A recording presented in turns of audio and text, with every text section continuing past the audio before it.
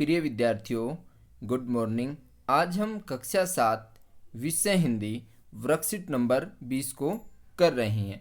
प्यारे बच्चों, आज का हमारा पाठ है रहीम जी के दोहे। प्यारे बच्चों, हमें इन दोहों को पढ़ना है। केवल पढ़ना ही नहीं है, बल्कि हमें उन दोहों को अपने जीवन में भी उतारना है। तो आइए पढ़ते हैं दोहे। तरवर फल नहीं खात है, सर्वत पियत न पान। काहे रहीम पर काज हित, संपत्ति सच ही सुजान। प्यारे बच्चों, प्रिय विद्यार्थियों, रहीम दास जी कहते हैं कि तरवर फल नहीं खात है। तरवर मतलब वृक्ष, फल मतलब फल, नहीं खात है मतलब खाते हैं। वृक्ष अपने फलों को खुद नहीं खाते हैं। सर्वत पियत न पान। सरवर, सरवर मतलब सरोवर। पियत पीना, न पान पानी, अर्थात सरोवर अपना पानी खुद नहीं पीते हैं। काहे रहीम, रहीम जी कहते हैं पर काज हित, दूसरों के हित के लिए। पर मतलब दूसरे, काज मतलब कार्य, हित मतलब भलाई, दूसरों की भलाई के लिए। संपत्ति सच ही सुजान। सुजान का मतलब होता है सज्जन व्यक्ति, अर्थात जो सज्जन व्यक्ति हैं वो दूसरों के हित के लिए धन को इकट्ठा करते हैं। तो प्यारे बच्चों, इस दोहे में कबीर जी ने महापुरुषों के महत्व के बारे में बताया कि महापुरुष की प्रकृति कैसी होती, कैसे उनका स्वभाव होता है। वो कह रहे हैं कि तरवर फल नहीं खाते, वृक्ष अपने फल खुद नहीं खाते हैं। सर्वत पियत न पान, सरोवर अपना पानी खुद नहीं पीता है। काहे रहीम पर काज हित। अब रहीम दास जी कह रहे हैं कि काहे रहीम पर काज हित, संपत्ति सच हिम सुजान।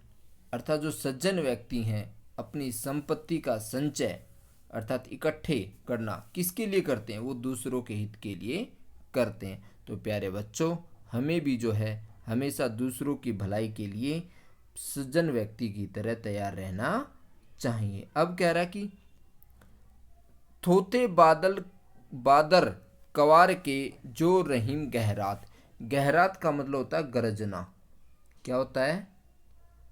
गरजना। थोथे मतलब बिल्कुल खोखले टाइप के। बादर मतलब बादल। कंवार होता है आसीवन माह, जो सितंबर और अक्टूबर में आता, वो वाला महीना।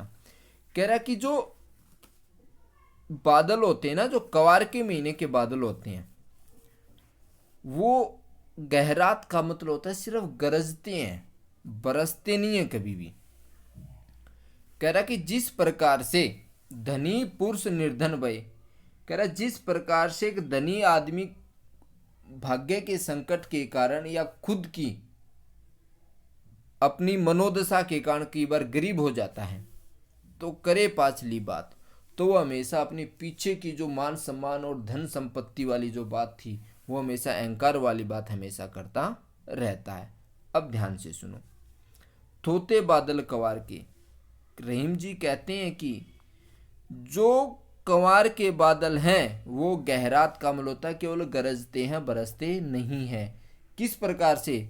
जिस प्रकार से कोई धनी व्यक्ति यदि निर्धन हो जाता है तो वो हमेशा अपने पुराने दिनों की संपत्ति की और घमंड की बातें करता रहता है, बल्कि जो अपनी वर्तमान परिस्थिति है उसको सुधारने का प्रयास नहीं करता कि मैं अब जो है पहले जैसा ही फिर बन के दिखाऊं। तो प्यारे बच्चों, इसमें यह बताया गया कि यदि हमको कभी घमंड नहीं करना चाहिए, और यदि हमारी इस प्रकार की परिस्थिति बन जाती है कि हम पहले अमीर हो बाद में गरीब हो जाएं, तो हमें उनको भूल करके वर्तमान स्थिति को सुधारने का प्रयास करना चाहिए। अब इसके अभ्यास के प्रश्न है। प्यारे बच्चों, यदि आपने चैनल को सब्सक्राइब नहीं किया तो आप चैनल को लाइक करें, सब्सक्राइब करें और अपने दोस्तों को भी शेयर करें, और बेल आइकन को जरूर प्रेस कर लें ताकि समय पर आपको वीडियो के नोटिफिकेशन मिलते रहें। प्रश्न नंबर 1, सज्जन पुरुष की क्या पहचान है? तो प्यारे बच्चों, सज्जन पुरुष दूसरों के भले के लिए अपनी संपत्ति का संचय करते हैं और हमेशा सबकी भलाई और सहायता के लिए तैयार रहते हैं। यही सज्जन पुरुष की पहचान है कि हमेशा तैयार मिलेंगे, कोई चाहे अमीर हो चाहे गरीब हो, सबकी सहायता के लिए। धनी पुरुष निर्धन हो जाते हैं तो क्या करते हैं प्यारे बच्चों? धनी पुरुष निर्धन हो जाने पर अपनी पिछली संपत्ति और घमंड की ही बातें करते हैं और अपनी वर्तमान स्थिति को सुधारने का प्रयास नहीं करते। अब हमारा प्रश्न नंबर 3 है, कवार के महीने में क्या होता है?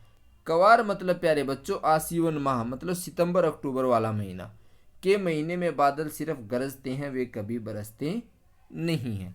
प्रश्न नंबर 4 है, प्रश्न नंबर 4 है प्यारे बच्चों कि परोपकार का अर्थ होता है दूसरों का उपकार, मतलब भला करना या फिर दूसरों की सहायता करना।